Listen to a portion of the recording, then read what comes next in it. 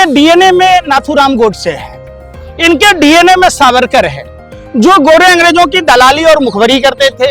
ये इतने बड़े फट्टू लोग हैं कि सामने आकर वार नहीं कर सकते, उनके काम से कंपैरिजन नहीं कर सकते। राहुल गांधी से भाजपा और आरएसएस इतनी घबराई हुई है कि वो सोच रही है कि हम राहुल गांधी को बदनाम करें, कि हम फूड प्रोसेसिंग प्लांट लगा रहे जो आलू सोना में कन्वर्ट होगा।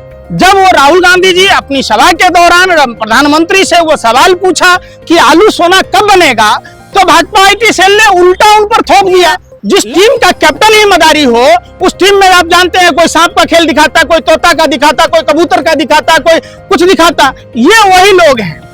आप समझिए नाथूराम गोडसे के नाजायज औलादे हैं, जो देश का पहला आतंकवादी, जिसने देश में राष्ट्रपिता महात्मा गांधी, जिस राष्ट्रपिता महात्मा गांधी को पूरा विश्व मानता है, जिसके सीने पर गोलियां मारने वाला नाथूराम गोडसे के मानने वाले लोग हैं।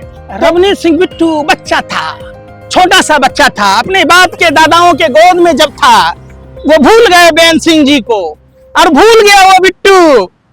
उस बिट्टू को बिट्टू बनाने वाला कांग्रेस पार्टी और वही गांधी नेहरू परिवार, जिसने बिट्टू को नेता बनाया, आज जिसकी कीमत आज भारतीय जनता पार्टी ने लगाई, उस महिला के बारे में एक शब्द नहीं बोलते। विनेश फोगाट के यौन शोषण के आरोपी के खिलाफ, ब्रजभूषण शरण सिंह के खिलाफ एक शब्द नहीं बोलते। प्रधानमंत्री जी प्रज्वल रमन्ना पर नहीं बोलते। प्रधानमंत्री की गारंटी प्रज्वल रमन्ना की गारंटी थी, जिसने 3000 से अधिक महिलाओं के साथ बलात्कार कर उसकी उंगलियां तक काट ली और देश छोड़कर चला गया।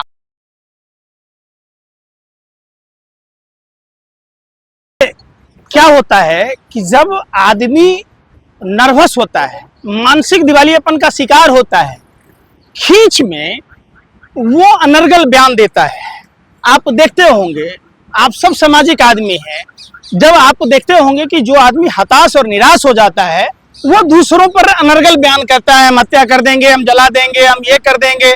सवाल है, अच्छा दूसरी बात क्या है समझिए, इनके डीएनए में नाथूराम गोडसे है, इनके डीएनए में सावरकर है, जो गोरे अंग्रेजों की दलाली और मुखबरी करते थे। ये इतने बड़े फट्टू लोग हैं कि सामने आकर वार नहीं कर सकते, उनके काम से कंपैरिजन नहीं कर सकते। राहुल गांधी से भाजपा और आरएसएस इतनी घबराई हुई है कि वो सोच रही है कि हम राहुल गांधी को बदनाम करें। आलू से सोना निकालने वाली बात आप सबको पता होगी, किस तरीके से भाजपा आईटी सेल और भाजपा से जुड़े हुए तमाम संगठन के लोगों ने, देश के प्रधानमंत्री ने जो बोला था फर्रुखाबाद में, उत्तर प्रदेश के फर्रुखाबाद और गुजरात के पाटन में, कि हम फूड प्रोसेसिंग प्लांट लगा रहे जो आलू सोना में कन्वर्ट होगा।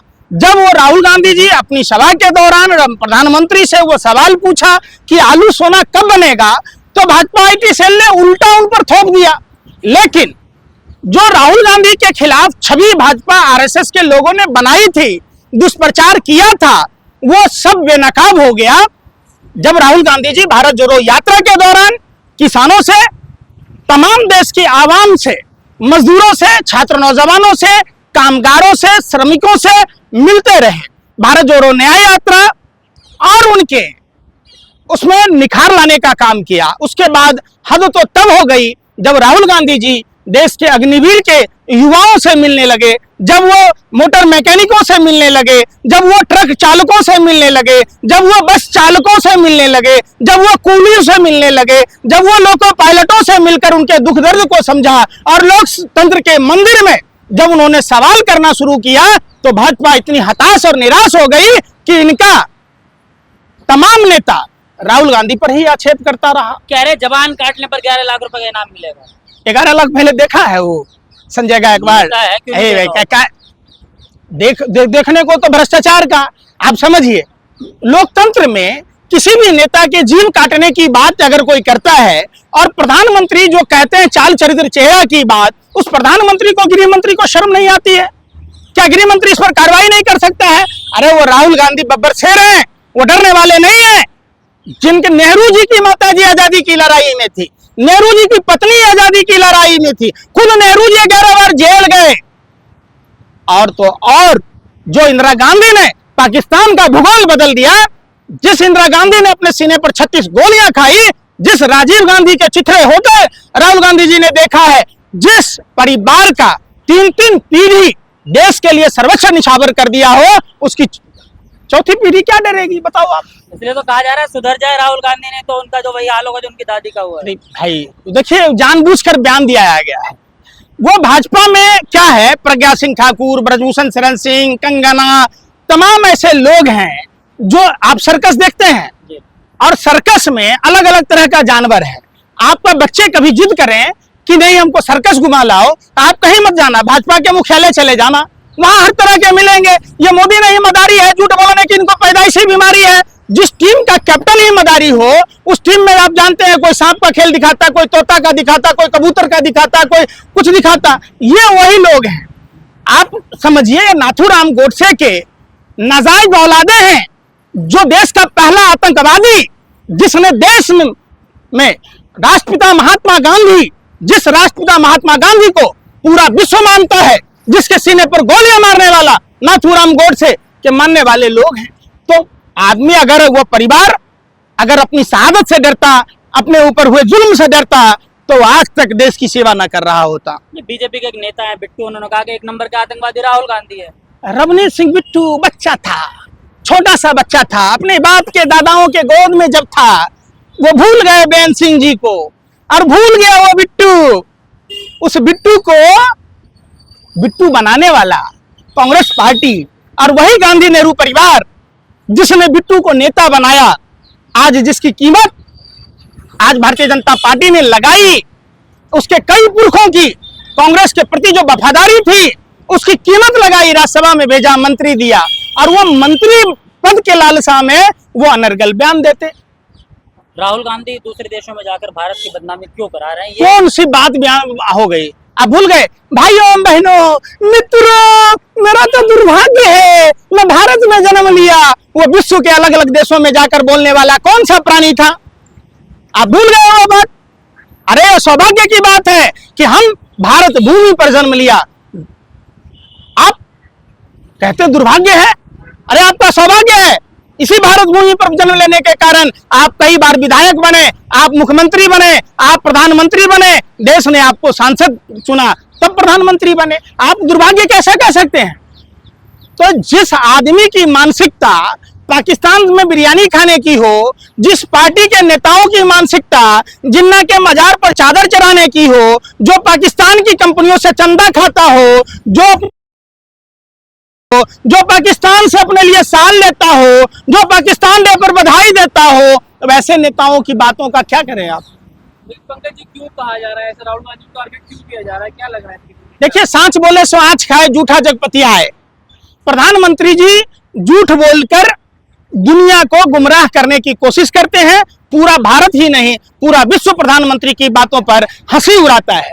ये प्रधानमंत्री पर तिल के बरोबर भी, झाड़ू के तिनके के बरोबर भी कोई भी आदमी भरोसा नहीं करता है, और यही कारण है कि प्रधानमंत्री हताश और निराश हैं। जहां प्रधानमंत्री को लगातार जो पुल गिर रहे, देश में महिलाओं के साथ जो बलात्कार की घटनाएं हो रहे हैं, आपको देखिए प्रधानमंत्री उड़ीसा में क्या हुआ, मां भारती कैलाल की पत्नी के साथ क्या हुआ, उस महिला के बारे में एक शब्द नहीं बोलते। दिनेश फोगाट के यौन शोषण के आरोपी के खिलाफ, ब्रजभूषण शरण सिंह के खिलाफ एक शब्द नहीं बोलते। प्रधानमंत्री जी प्रज्वल रमन्ना पर नहीं बोलते। प्रधानमंत्री की गारंटी प्रज्वल रमन्ना की गारंटी थी, जिसने 3000 से अधिक महिलाओं के साथ बलात्कार कर उसकी उंगलियां तक काट ली और देश छोड़कर चला गया।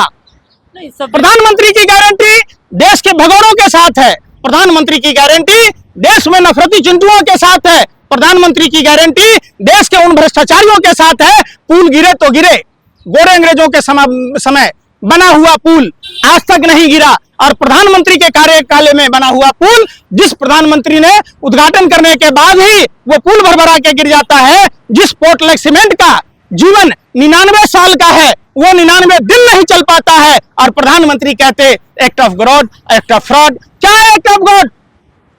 तो कांग्रेस के तमाम लोगों ने भी तो मोदी जी पे टिप्पणियां की हैं ऐसी। आप एक बात बता, भूल गए हो? ममता दीदी को कहते थे ओ दीदी जर्सी गाय किसने कहा? किसने कहा विदेशी गाय का बछड़ा? तो खुद प्रधानमंत्री पद की गरिमा होती है। प्रधानमंत्री आचरण विहीन है। प्रधानमंत्री को यही नहीं पता है कि वो बोल क्या रहे हैं, और प्रधानमंत्री लगातार झूठ बोलने में इतने माहिर हैं। मोदी नहीं मदारी है, झूठ बोलने की इनको पैदाइशी बीमारी है। हरियाणा चुनाव है, दूसरी तरफ किस तरह की टिप्पणियां मिलना राहुल गांधी पर विवादित। देखिए, जानबूझकर प्रधानमंत्री को यह पता है कि हम चुनाव हार रहे हैं, मुख्यमंत्री का चेहरा बदला, उसके बाद तमाम छोटे छोटे आए। तीसरी बार सरकार बनाने कौन बोल रहा? आप बोल रहे हैं क्या? अरे आप लोग तो कह रहे थे 411 आएगा, 425 आएगा, पापा की परी भी बोल रहा था, गुल्लू भी बोल रहा था, तिहारी भी बोल रहा था, और नतीजा यह हुआ कि आप उत्तर प्रदेश जहां आपका गढ़ था, उस गढ़ में सुपरा साफ हो गया। आपने तमाम उन छोटे दलों से समझौता करने के बावजूद आपका सुपरा साफ। विपक्ष के नेता को जिन्होंने धमकियां दी उन पर कोई कार्रवाई नहीं हो रही है और वो लोग अपनी बातों पे भी अटल है। देखिए, यही कातिल हैं, यही मुंसिफ हैं, कौन सजा देगा? आप सत्ता में ऐसे लोग बैठे हैं जिनका घर परिवार से कोई लेना देना नहीं है, जो अपराधी किस्म के हैं, जिसके हाथ में है भाजपा का झंडा, समझो वो भ्रष्टाचारी, बलात्कारी या तो गुंडा। अरे देश के लिए परिवार त्यागने वाले लोग बैठे। अगर एक बात बताइए, आप सबके पिताजी ने अगर त्याग दिया होता देश के लिए, आप पत्रकार होते, कोई कैमरामैन होता, कोई ड्राइवर होता, कोई व्यापारी होता, कोई फौजी होता, कोई पुलिस में होता, कोई डॉक्टर होता, कोई इंजीनियर होता? नहीं होता। देश के लिए संतानोत्पत्ति करना, गृहस्थ जीवन जीना ही सबसे बड़ा चीज है। महर्षि वशिष्ठ ने रामायण में साफ साफ कही है कि वो निसंतान आदमी लोक कल्याण की बातें नहीं कर सकता, रंडवा तो रंडवा ही होता है। आप सब उनका परिवार है, देश उनका परिवार है। हम काहे के परिवार है? हम ऐसे आदमी की परिवार नहीं है जो वैक्सीन कंपनियों से पैसा लेकर लोगों को मौत के मुंह में ढकेल दिया हो, जो वैक्सीन लैब में पास नहीं हुआ। सुनिए ना, क्यों गड़बड़ा रहे? जो वैसी कंपनियों से पैसा खाया हो, जो भ्रष्टाचारी हो, जो सीमेंट की जगह राख लगाता हो, वो वैसी बीफ कंपनियों से चंदा खाता हो, वो हमारा परिवार का सदस्य नहीं हो सकता। की जान को खतरा लग रहा है क्या आप लोगों को? निश्चित तौर पर राहुल गांधी की जान को खतरा है। जिस तरीके से भाजपा के बरसाती मेढक, जिनका चेहरा धूमिल था, वो सभी लोग चाहते नहीं कि गांधी परिवार रहे और देश का विकास हो। देश के विकास के अवरोधक ये जो गांधी नेहरू परिवार की हत्या कराना चाहते, वो सभी देश के विकास के अवरोधक हैं।